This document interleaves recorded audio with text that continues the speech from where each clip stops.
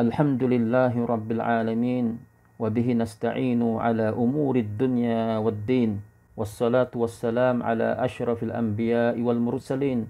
Nabiyyina Muhammad wa ala alihi wa sahbihi ajma'in. Pada pagi yang mulia, hari Jumaat, iaitu awal bulan Ramadan di Madinatul Riyadh, negara Saudi Arabia.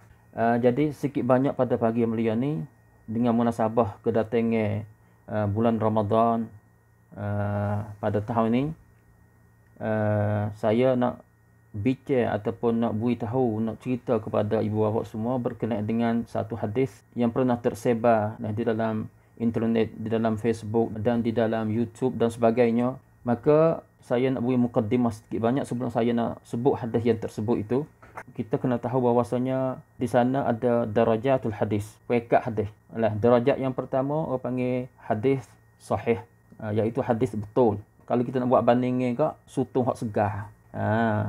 Pelamak ti sod.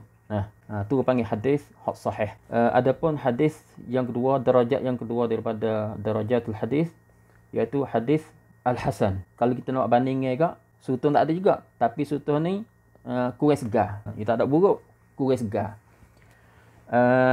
Dan darajah yang ketiga, hadis dhaif. Hadis ni hadis lemah. Hadis on. Kalau kita nak bandingkan dengan sutun ni kak, sutun hak buruk. Sutun hak buruk. Hak buruk ni kita tak seh. Kalau tak camping kita tak makan lah hak buruk tu. Hak kita nak sana ni, hak segar. Tak boleh hak segar, hak kurang segar pun tak apa. Iaitu hadis hasan. Kalau tak boleh hak segar kak, ada hak buruk ni, boleh tak sah lah hak buruk. Adapun darajah yang keempat, yang paling genas sekali, iaitu hadis maudhu'. Bahasa Melayu kita, hadis palsu. Hadis tu upalo kunma. Ataupun hadis plom. Kalau sutun tak, teruk benar. Orang panggil bukan sutun buruk tak, orang panggil sutun hak pelang. Lah ni bunyi berita kata ada sutun hak buat dengan plastik. Tu orang panggil hadis maudhu'. Dia nak makan sutun, kali tu tahu sutun tu buat dengan plastik, bukan hak asali, bukan hak konten. Orang panggil sutun pelang, sutun palsu, buat dengan plastik. Dia nak makan. Demikian juga hadis. Kalau hadis maudhu', orang panggil hadis palsu. Hadis yang didusta atas Nabi kita Muhammad sallallahu alaihi wasallam. Maka hadis inilah kita tak seh. Mari duk sebar di dalam luk sosial, di dalam internet, di dalam Facebook, di dalam YouTube, supaya tak sewi orang dengar tu sesat jalan. Nampak kata hadis tapi sebenarnya bukan hadis. Bukan hadis palsu. Hak tu kita tak seh. Kalau hadis itulah hadis sahih, hak tu kita nak. Supaya sutun ni, sutun hak segar, hak tu kita nak. Tak boleh hak segar, panggil bawah ada tu sikit, kurang segar, iaitu hadis hasan. Lepas tu bawah ada tu juga hadis dhaif. Hak ni kita tak seh ni. Hadis dhaif ni kalau sutun kat sutun hak buruk. Dan hak paling kita tak seh sekali, hak kita nak tahu leti siapa, iaitu hadis maudhu'. Kalau sutun kat sutun hak palsu, bukan hak sungguh, sutun yang dibuat dengan plastik. Hak tu hak kita tak seh. Jadi ada seorang ulama yang bernamanya As-Suyuti. Dia telah mengarang satu kitab namanya Al-La'ali'ul Masnu'ah fil Ahadithil Mawdu'ah. Allah, kitab hanya mengarang. Kalau kita nak balik makna ke, balik di segi logat ke, Al-La'ali'u jamak daripada lu'lu'ah ataupun lu'lu', iaitu bahasa Sia kata kaimuk, bahasa Melayu ke mutiara. Al-La'alil Masnu'ah iaitu mutiara yang dibuat, yang direka. Kaimuk itu pradit macam ของแท้ ของปลอม ไข่มุกมี2อย่างมีของแท้แล้วก็มีของปลอม Jadi al-la'ali'ul masnu'ah iaitu kaimukที่ถูกประดิษฐ์ขึ้นมา ataupun mutiara yang dibuat, yang direka fil ahadithil mawdu'ah, di dalam hadis maudhu', di dalam hadis-hadis yang palsu.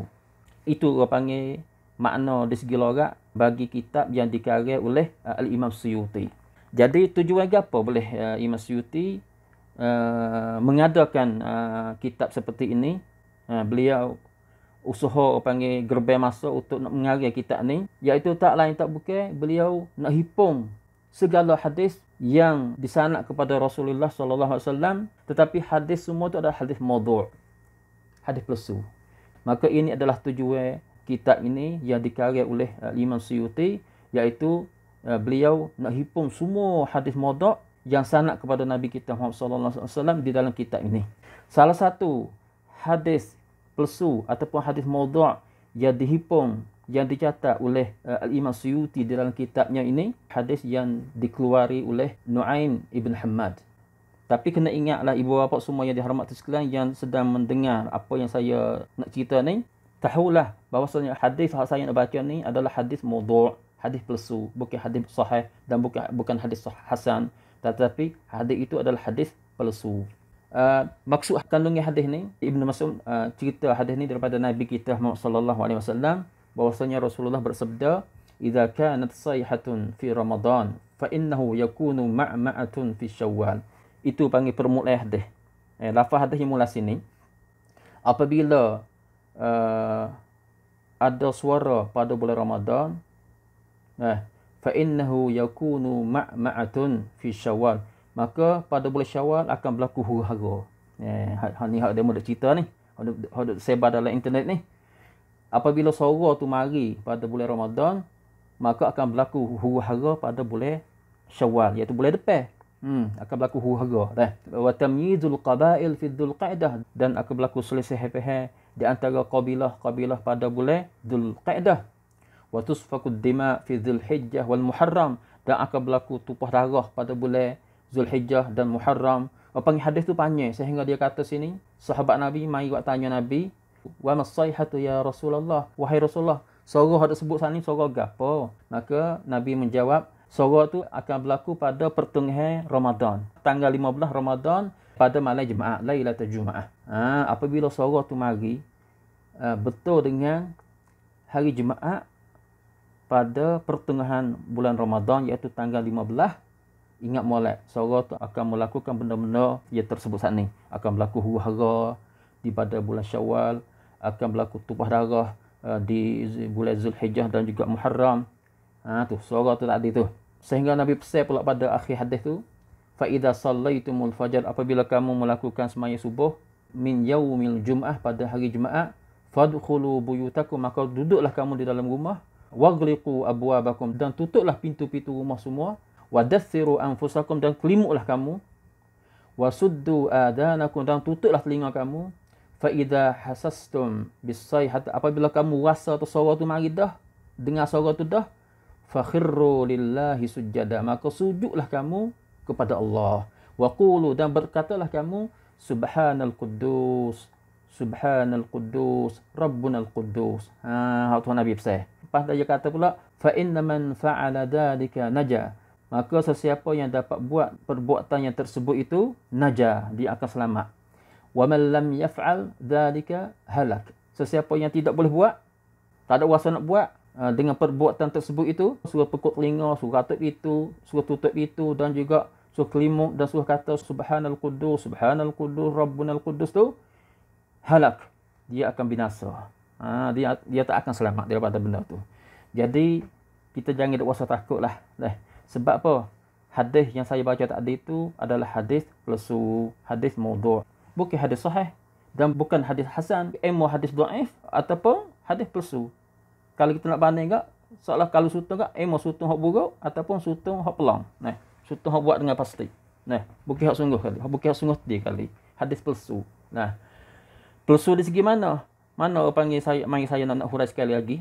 Kalau kita nak tahu bahawasanya hadis ni adalah hadis palsu, kita pergi cek daripada silsilah sanad dia. Jadi Nu'aim ibn Hammad dia kata, haddatsana Abu Umar. Dia terima hadis ni daripada Abu Umar, dan Abu Umar terima daripada dia Ibn Lahiyah. Ulama hadis telah berkata berkenaan dengan Ibn Lahiyah ni macam mana, iaitu dhaif. Mengikut Al-Imam Nawawi pernah berkata di dalam kitab Al-Majmu' juzuk yang pertama muka 424. Al-Imam Nawawi dia berkata malahna, wa huwa dhaif. Ibn Lahiyah ni dhaif, lemah. Maksudnya lemah sini di segi hafalan tu kurang, tak erat. Maka orang yang hafalan ingat tak kuat ni, tak boleh nak iktimad, tak boleh nak pegang dengan hadis dia. Situ sah. Patut Ibn Lahiyah ni terima hadis ni daripada dia. Dia kata, haddatsani Abdul Wahhab ibn Husain. Telah dicerita hadis ni kepadanya oleh siapa? Iaitu Abdul Wahhab ibn Husain.